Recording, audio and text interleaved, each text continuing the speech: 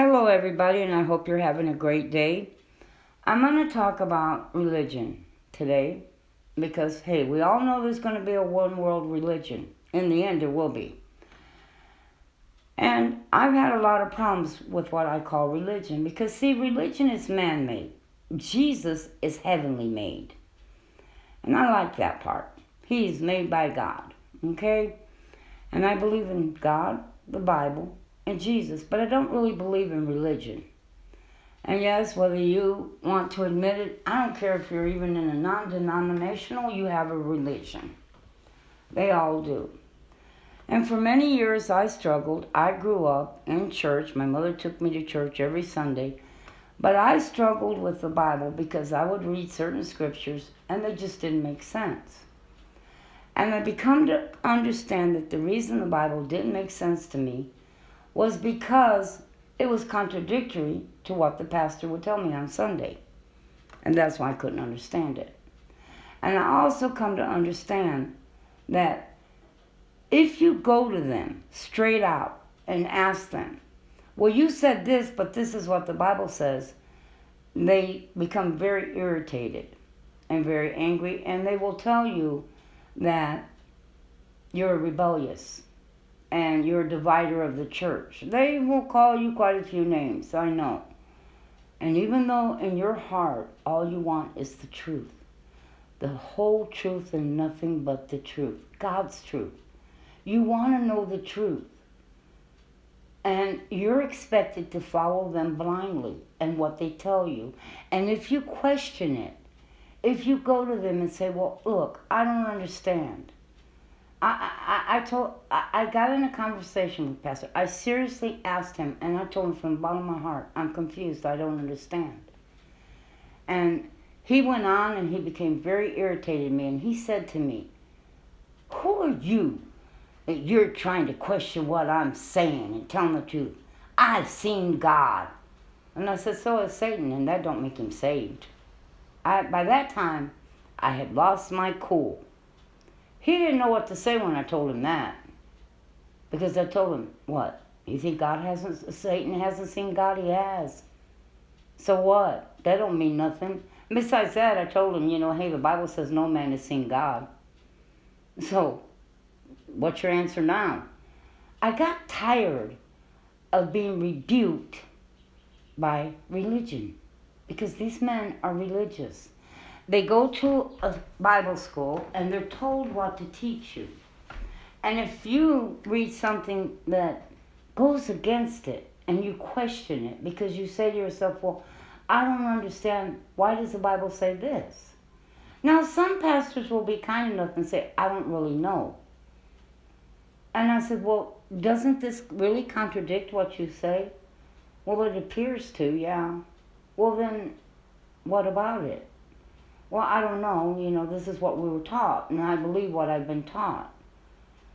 And I was like, huh? And like I said, the whole time, I'm really, really interested in knowing God's truth. And I come to understand that through religion, I was never going to get God's truth. Like I said, some think it's by works, some think it's by grace, some think it's once saved, always saved, some think it's you can lose your salvation. Now we're down to this is the end. We're going to be raptured out of here. We're not going to be here. And I can tell you I've heard both sides. And if I listen to one side that says, no, we're going to be here for the first 3.5 years, they can give you some really, really good scriptures. They can. They tell you, you're going to be here for at least 3.5 years of when he sets up. That's right. And then you can listen to those who say, no, you're going to be raptured out of here. And you can listen to their scriptures, and it sounds really, really good. So see, I don't blame anybody, and nor will I argue with anybody over religion. I just won't. Because it's not worth it. But then I ask myself the question, I'm back to who's right and who's wrong, just like I was before.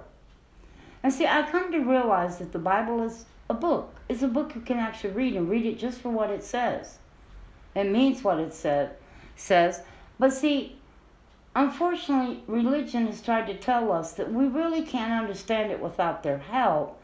And that's why we have to spend 30 years sitting in a church having a man tell us what this book means, which we could finish reading within a year. Yeah. And that's working and doing other things too, I know. I've done it. Now, not to say that you don't go back and read it again and say, oh, wow, I don't remember seeing that there before. Because I do it all the time.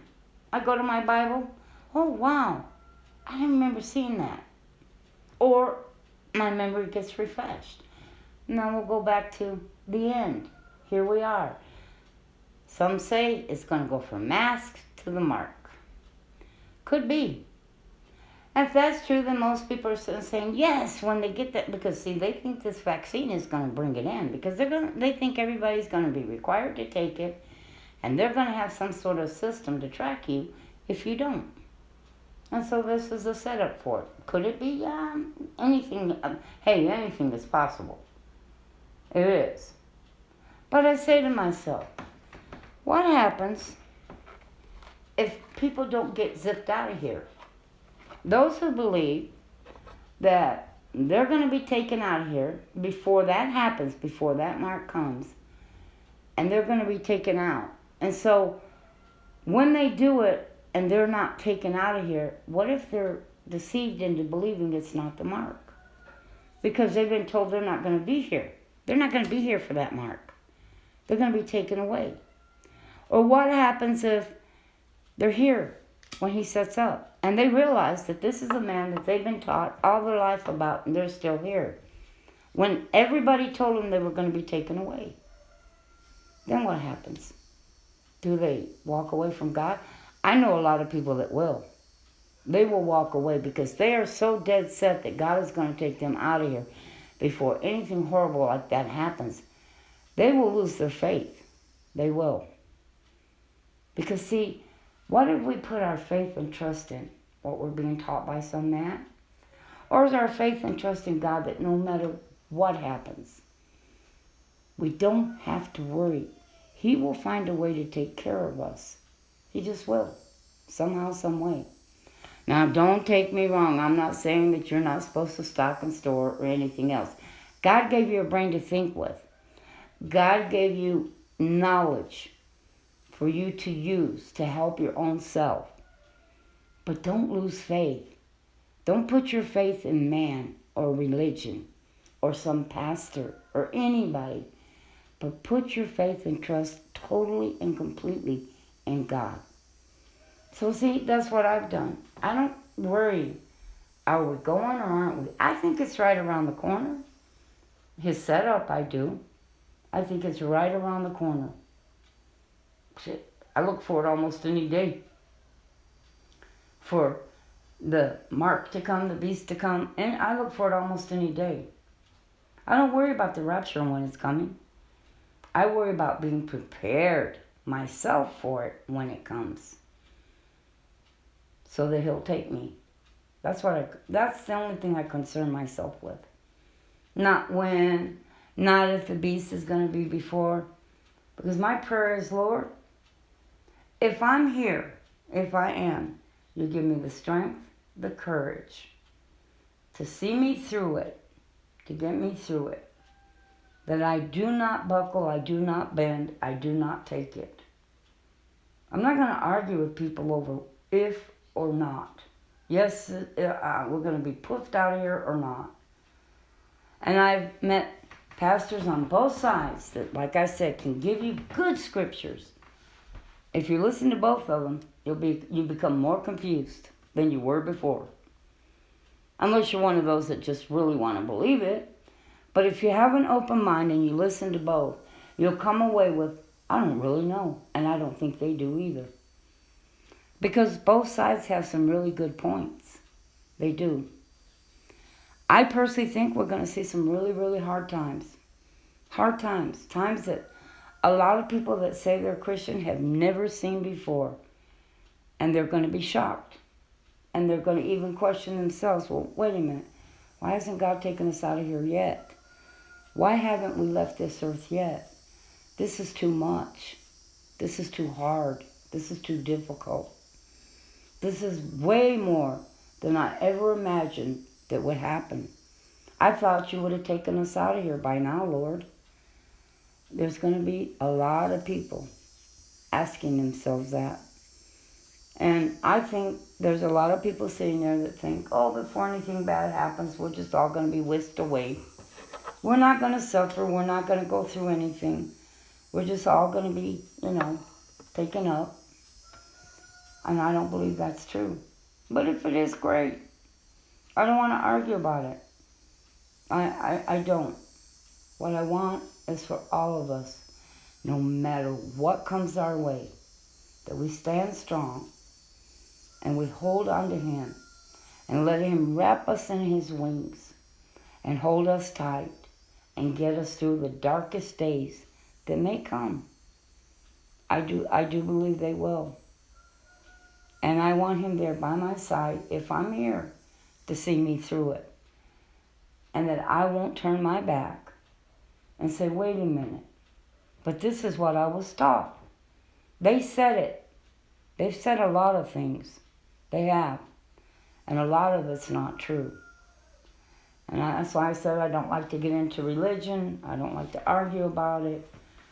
But I can tell you, they've said a lot of things that are not true. Somebody's wrong.